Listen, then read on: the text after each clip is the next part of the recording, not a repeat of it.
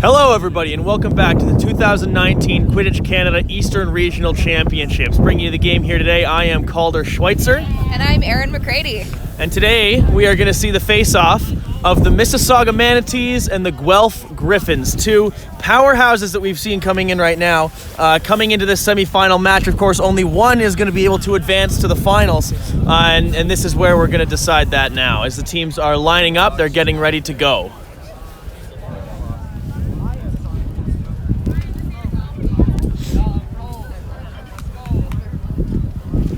We've got sort of a battle here of old versus new. Guelph being one of the older clubs in the league, and Manatees, of course, brand new this year. Whereas we've got the Manatees players all extremely old, and some new Guelph players, which is nice to see. Yeah, exactly. So the teams, the franchise age and the player age are a bit of lopsided there, but it should be an interesting match here. And of course, a lot of these Manatees have played together in the past. I see a few familiar faces from the Ottawa Otters last year that have now come to form this team. Ottawa Otters, of course, not existing this year, but of course they clearly have come together pretty well so far, and we'll see how that continues in this game. Players are off. It looks like it's going to be a quick tap, and nobody coming into possession really quick. Guelph's got it though. Guelph recovering possession. Those first, those first plays are a bit of a make or break, because you can really get right off the bat no bludger situation for your team if you get to the ball fast enough. But those fumbles are a little difficult. Of course, now we see Guelph mounting an offense. Jeremy Burrows-Belka finding the lane to run and dunking it for 10 points up for Guelph. I believe that was actually called no good. He was beat before by my tall son, Jonathan Gola.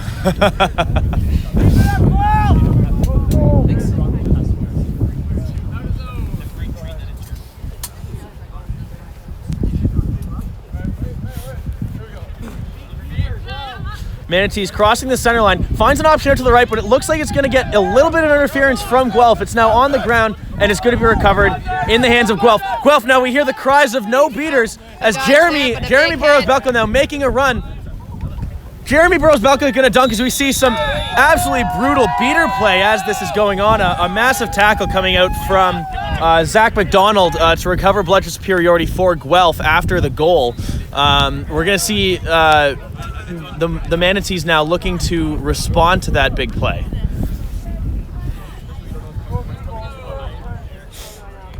Let's go Gryphons! Let's go Gryphons! Guelph in the hands of Brian Melchior, number 22, making a pass. It's not going to find the receiver. It's going to roll towards the hard boundary. A little bit of a scrum down for it as it's going to come up in the hands of the Guelph keeper. Nice and safe. Still no points on the board for the Manatees, but of course only one good goal so far for Guelph. So overall a low-scoring game for the first 2 minutes at least.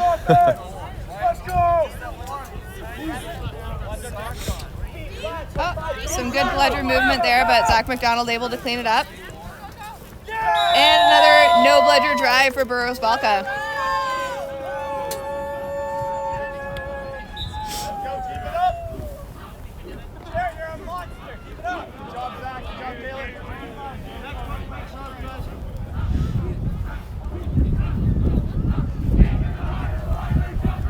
Guelph for crossing center once again in the hands of keeper Brian Melchior. We're going to have a little give and go with number 5, neutralizing that point defender. A nice pick and roll set again by Brian Melchior as we see now the bludger. Good pressure by McDonald there. Yeah. And there's the top of that pressure coming in to cause a fumble, and now it's going to be a forced turnover. And a no bludger situation for number 16 on Guelph. Called no good by the goal ref. Yeah, no good. Off room, back loops. Off room.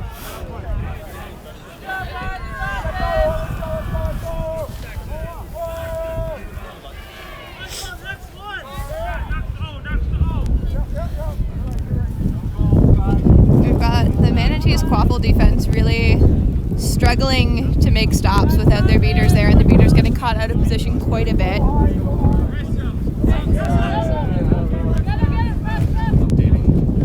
Guelph pressuring the quaffle there again after a miss by the Manatees beaters.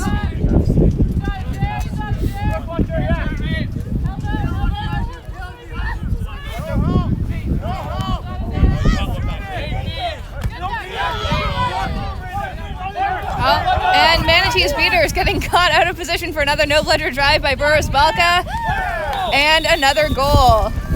There's an important little bit of strategy to talk about here is the Manatees are committing both of their beaters to the play on offense, meaning they are leaving nobody behind. They have their entire team over the center line as they're trying to mount that offense. So far has been working for them as they haven't put any points up, and it's meaning that as soon as a turnover is forced, Guelph is able to make those runs against a pretty much non-existent defense, especially as far as the beaters are concerned. All right, Manatees calling the first time out of the game. They've also got bludger control for the first time, so it'll be interesting to see what they can pull off on offense at the top of this play.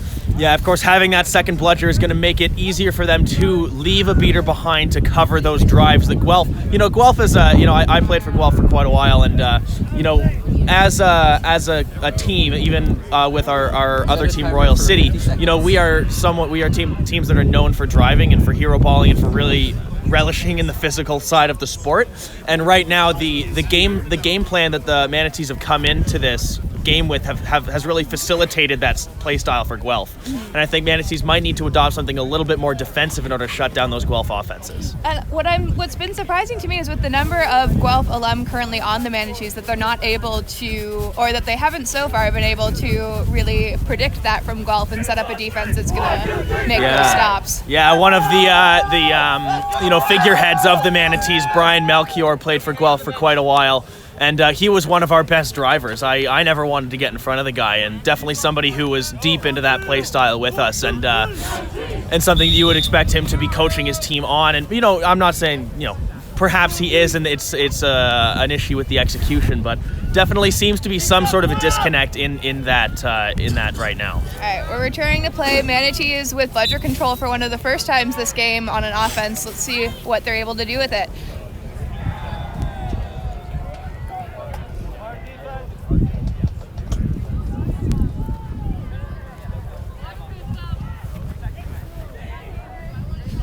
Kyle Ross taking his time, being nice and patient, coming around, looking to make something happen. Now is going to find a bit of a lane, going to elect to go toward the side of the hoops behind. Now, just a lot of movement coming up from Kyle Ross, trying to find someone who's open, and the pass just isn't going to find the hands of number 10 for the Manatees. That's going to be another broken down offense in Guelph's favor.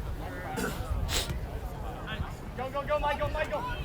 Kyle Ross meeting the point way up high. Good job, that ball. Veteran keeper Ryan Yee crossing the center line with the quaffle for Guelph. Ryan, a player that is known for hard drives, but also a lot of patience, not afraid to sit behind the beaters and wait for someone to get open. As we can see right now, taking his time, and we see a few Guelph players trying to get open, a little bit of battles here at the hoops, and of course the patience is the name of the game. As we see a bit of a break, and there's going to be a quick pass, centering pass out to Infinity, who's going to pass it out to David Liver, who's ready and waiting. It's going to be a missed shot, however, and it's going to roll out of bounds. No point on the play for Guelph. Oh, and a great catch there by the Guelph beater. You're still fast. Put a fast boy there. Surprise is brewing. There's going to be a call on that beater play over there. Everybody look, he does the ball.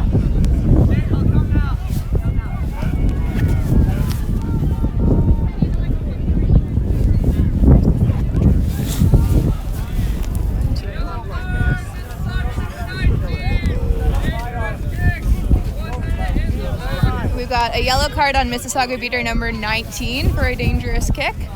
Not sure where the third bludger is on the field right now. Of course, the issue that you always have to think about with beater penalties is that you pretty much, with losing a player on the pitch, you're also losing the capability of having bludger superiority. Yeah. So this pretty much guarantees that Guelph is going to come into possession of both bludgers, and once again gives the Manatees more decisions to make about using that the single bludger they have offensively or defensively. And there's a quaffle turnover to Guelph as well. Manatees with no loaded beaters and no third bludger in sight. Oh, there it is.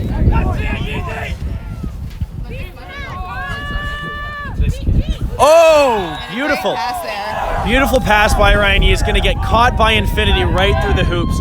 Fantastic play by Guelph. Again, it was the patience and quite frankly, an impressive long shot. With the way it is right now, you know, there's even, I've seen a few snowflakes today. Everybody's hands are cold. Those quaffles are stiff. And a lot of those long passes, long shots have been hitting the ground, not hitting the mark. And that's one case where we managed to see some success in this weather.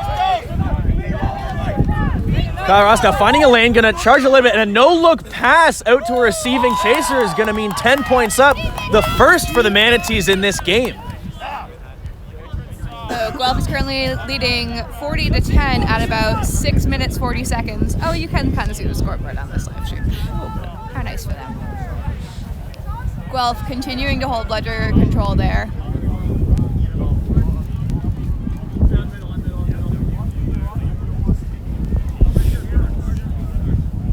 Crossing the center line. Manatees playing a very compressed defense right now. And giving Guelph a little bit of space to come into their zone and make some oh, geez. Just short there, but he gets the ball and too high that time. So we recovered by Ryan Yee. Again, slowing things down, not afraid to take a second, assess where the players are.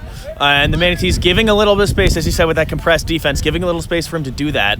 Of course, Manatees really crowding around the hoops right now, trying to look, I'm assuming, to block a shot.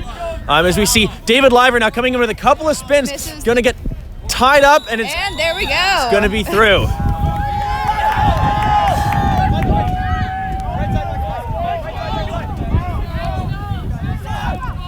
And Kyle Ross with a no-bludger drive.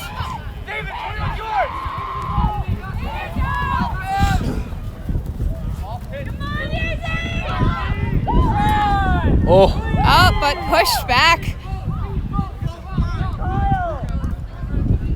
Beautiful contact by Guelph in that situation. As we see, it is going to get recovered by the Manatees. Going to take a pass. It's not going to find a receiver, but there is going to be someone to recover. And with all the Manatees beaters back, we've got a no-bludger drive, number 52. Manatees beater running in behind, but isn't closing that gap fast enough, misses that beat. Quite a bit of excitement on that play, and it looks like we are going to have a double whistle as we may have a player down. One thing I really want to highlight is that contact coming in from Guelph. It's very, very difficult in the sport of Quidditch to make an effective tackle because you're only allowed to use one arm.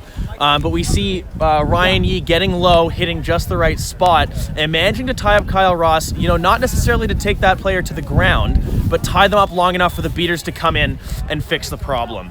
That's really all you can do in a no-beater situation, short of, you know, trying to overpower someone who is coming at you with a full head of steam. But, you know, Kyle Ross, never the kind of player to go down easily. And, you know, we also saw Guelph utilizing a two-person tackle, a bit of a gang tackle on Kyle Ross, a maneuver that I think is underutilized in the sport of Quidditch, to even eventually, you know, it became to a stalemate, and then they drove him almost back to the center line to really shut down that offense. So some good field awareness there from Guelph throughout. What I've been surprised by is the field awareness from the Manatees, particularly the beaters, getting caught in the other team's zone quite a bit, and the chasers really struggling to make those stops without their bludgers back to support.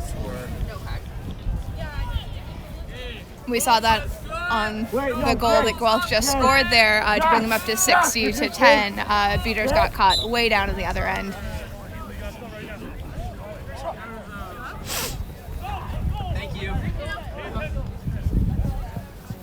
Mississauga Manatees trying to mount an offense here. Only 1 point up on the board for them. And they've got to be starting to think about the snitch. It's still a few minutes out, but that clock just keeps ticking up. As you see Brian Melchior now coming around, going to take a wide angle around the hoops, going all the way behind, finding a bit of resistance from Guelph, but is going to power through it.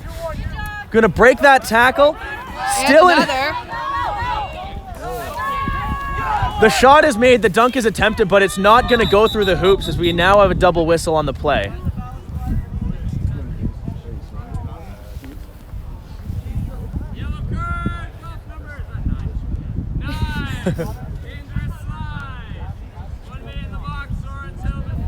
And we've got a yellow card on number 9 for Guelph for a dangerous slide. Quaffle's going to get turned over to Nathan Reed of the Manatees. See if they can do a little something with this one. You've got No beaters back for Guelph, and Brian Melchior keeps possession of the quaffle, waits for his team to reset.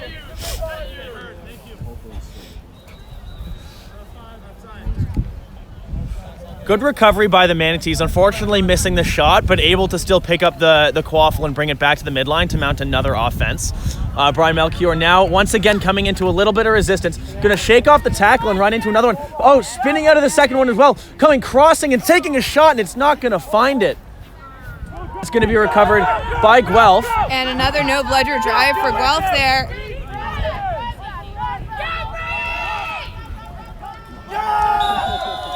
It's a fantastic run by the Guelph keeper, accompanied by some very good long-range beating by those Guelph beaters. Is going to make it an easy 10 points for Guelph. 5, 4, 3, 2, 1.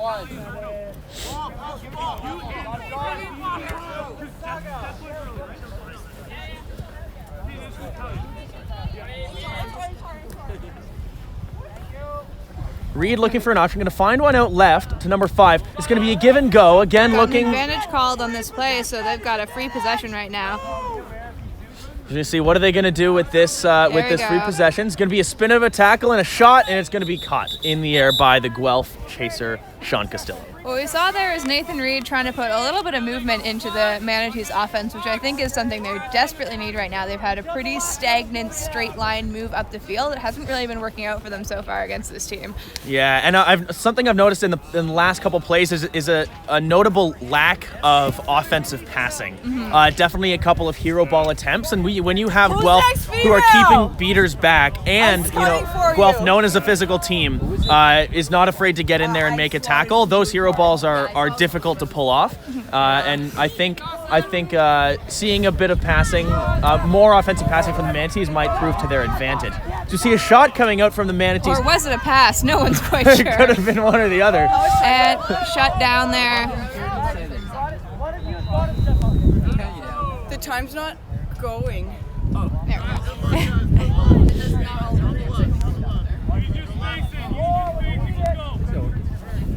Sorry, They what's going got on? Guelph here on a penalty kill. Pretty content to just take their time here, and the Manatees really letting them do it with that Coming compressed out at defense again. 37!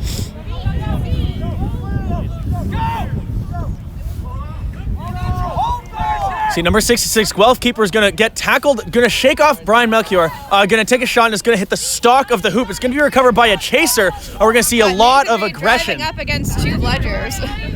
A lot of aggression coming up from the Guelph Chasers, trying to recover that in the Manatees' zone, but it's going to come into their own. Guelph now on the defense as the Manatees do a quick sub and do some passing up at the center line to mount an offense here.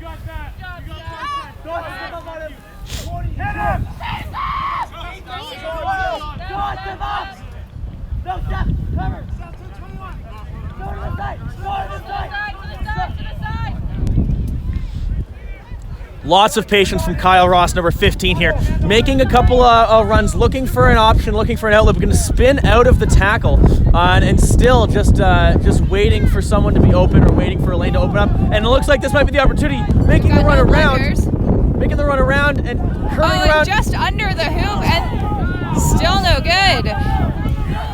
What we saw there is, I think, one of the issues that Manatees have been having throughout this day is they got so crowded up there in the Guelph zone. We had Kyle Ross taking the ball out of a teammate's hand to try to score that goal. The communication is just not on their side today.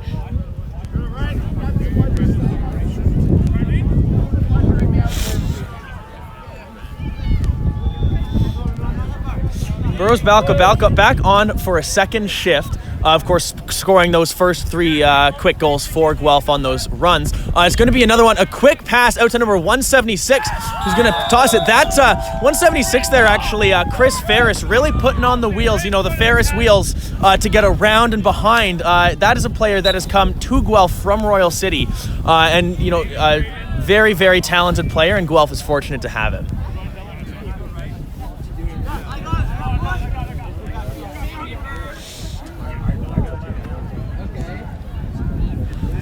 Kyle Ross once again being nice and patient, number 15. Going to find a little bit of resistance, but there's going to be a good pick, and it's going to buy him a little bit of space. Coming up, edging ever closer, there's going to be a nice beat from number, looks like 32, Christo's call. This is going to be a pass out and a shot. It's not going to find the hoop. There's going to be a slide, and the quaffle is going to cross the center line. It's going to go into the Manatees zone. Going to get recovered, and it looks like Manatees is just going to try and reset this.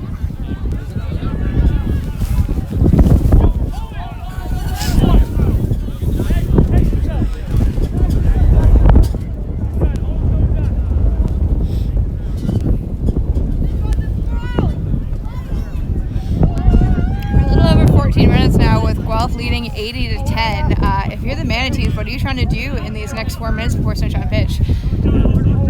Score, score, score. This is a game that the Manatees, this is the semifinals. There's nothing to save anything for. This is it. Big hit oh there my by gosh. Guelph to stop that and turn us over. Couple of quick turnovers here as we see, a very good hit from Guelph, followed by a very good beat from the Manatees to neutralize what was going to be another no bludgers offense. So it is going to end up in the hands of the Manatees. We'll see after this call, but I think the rest of the play was clean. Yeah. But in terms of what are the Manatees thinking right now? If you recall, I believe they already used their timeout very early. So now they have to work on getting this momentum to shift back in their favor. They have a long way to go, but of course with that snitch being worth 30, it's not as far as the score might suggest. There's definitely hope for the Manatees to come back once the snitch is on pitch, but they're going to have a few unanswered goals for that to happen, and so far that just hasn't been working for them. We've got no beaters engaged in the quaffle play right now. We've got Nathan Reed just makes it to the hoop, bringing it up to 80-20. Nathan Reed battling his way through a series of tackles, breaking a number of tackles from Guelph, and finally making that hero ball work for the Manatees. That's got to be, we talk about shifting momentum, that kind of thing. I don't know about, most teams I feel like get a lot of, get fired up by seeing their players getting, in the trenches, getting physical, and that's the kind of play that the Manatees might need to be seeing. Yeah, didn't hear a lot of cheering from the Manatees bench on that one, though. I'd like to see them get up for their players. But yeah, and actually a very good point to make there is the difference in bench energy. We've heard the Guelph bench has been loud, next to us in our ears for the whole game. They've been cheering, they've been screaming, all this stuff, and it's been a much different story over by the Manatees, and you got to start to wonder at what point does that bench energy bleed over into the energy on the pitch. Yeah, and I think we're seeing that a little bit in the pace that the Manatees are taking getting up the field. I think one of the things that's really been working well for Guelph's defense is that they've had time to get in position and really control those possessions. Whereas I think if the Manatees had been making a little bit more effective use of some of those fast breaks, they could have had a few more opportunities here. Kyle Ross with a nice dish, number 34, is going to go into a couple of tackles. Wow. All right. Wow, with 2 Gryphons hanging off of them and 1 more guarding the hoop, manages to thread the needle through and score. I mentioned just a minute ago about unanswered goals, and there's now 2 for the Manatees. Of course, Guelph looking to widen this gap, but that's a very good couple of offenses for the Manatees, and might be starting to spell the word comeback out here in the air. Good luck. It's going to be a nice cross-pitch pass from David Liver to Ryan Yee, but then a shot or a pass that's not going to find a defender, and it's going to end up safely in the hands of keeper Kyle Ross for the Manatees. And here we can see right now exactly what we were talking about earlier with Guelph really having the time and taking that opportunity to set up a strong defense, and Manatees not really taking advantage of those fast breaks there. And we've got a great recovery back in the Guelph zone by the Manatees beaters, but a long shot from the Manatees when they had plenty of time there to set up something different on that offense. Something we've seen just with this most recent line change by the Manatees is some very, very aggressive beating on offense. Once again, moving into that style of leaving nobody back for defense. Guelph managing to maintain blood superiority despite it, and ultimately looking to be the dominant team in this game at this time. Yellow card, Guelph number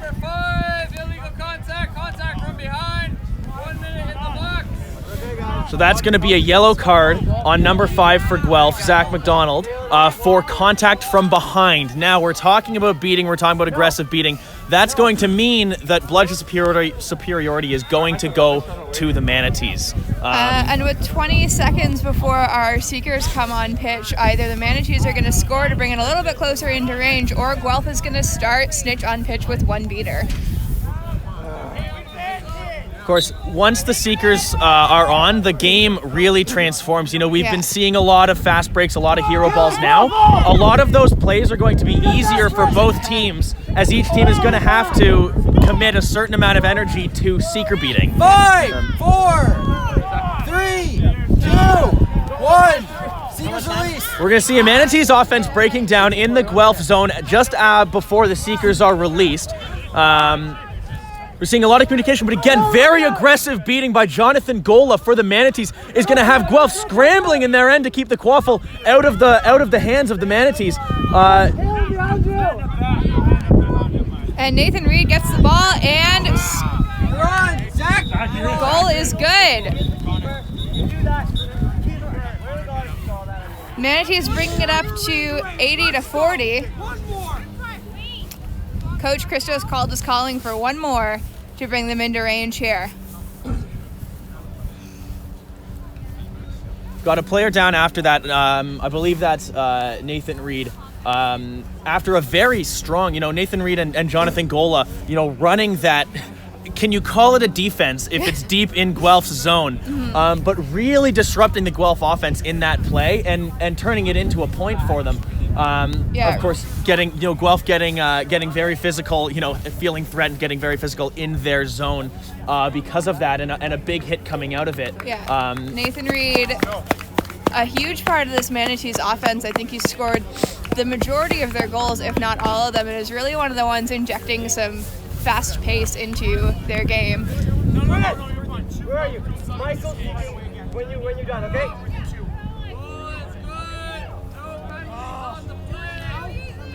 Now we'll see what Guelph does with this offensive drive. See if they can hold them. This is going to be a big question for them to see if they can keep the Manatees well out of range, or if they're going to let the Manatees come into another offense to close the gap here. The Manatees now with those unanswered goals they need. They really just need 1 more to be within snitch range, of course, to go to overtime, which is a whole nother can of beans. But we're going to see Ryan Yee now crossing center line, finding quite a bit of resistance from a very prudent point chaser, number 5 for the Manatees. Trying to get around, but some very quick feet from the Manatees is going to mean force Ryan Yee to make a long pass. It's not quite going to find the hands of a defender, but it's going to come out in the hands of Brooke. Oh my gosh. Whew. It's going to come up in the hands of Brooke Walker, but again, some very strong defensive beating from the Manatees. Going to neutralize that Guelph offense. This is going to be a really important possession for the Manatees. We've got Jonathan Gola deep in the end there, trying to clear out a lane there. Manatees asking him to slow it down a little bit. Gola raring to go. And we got John Keats handling the ball here, really taking his time, being patient.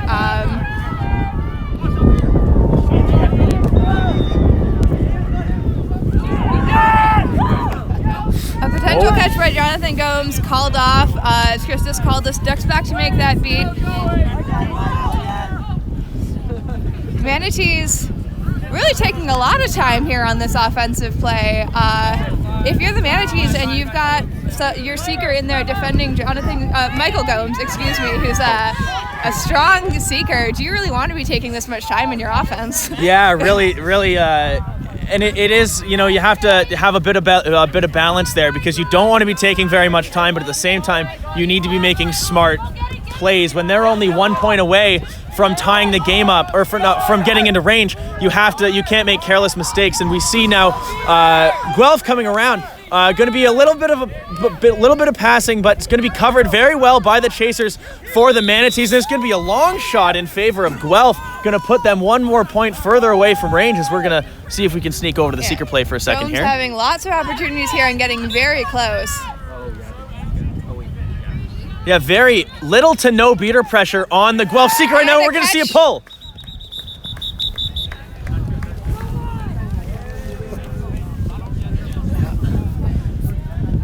Yeah, Michael Gomes there getting lots of time, one-on-one time with the snitch. We saw Guelph committing Zach McDonald to seeker beating, but no beaters in sight in terms of the snitch play for the Manatees might have spelled defeat for them in this game.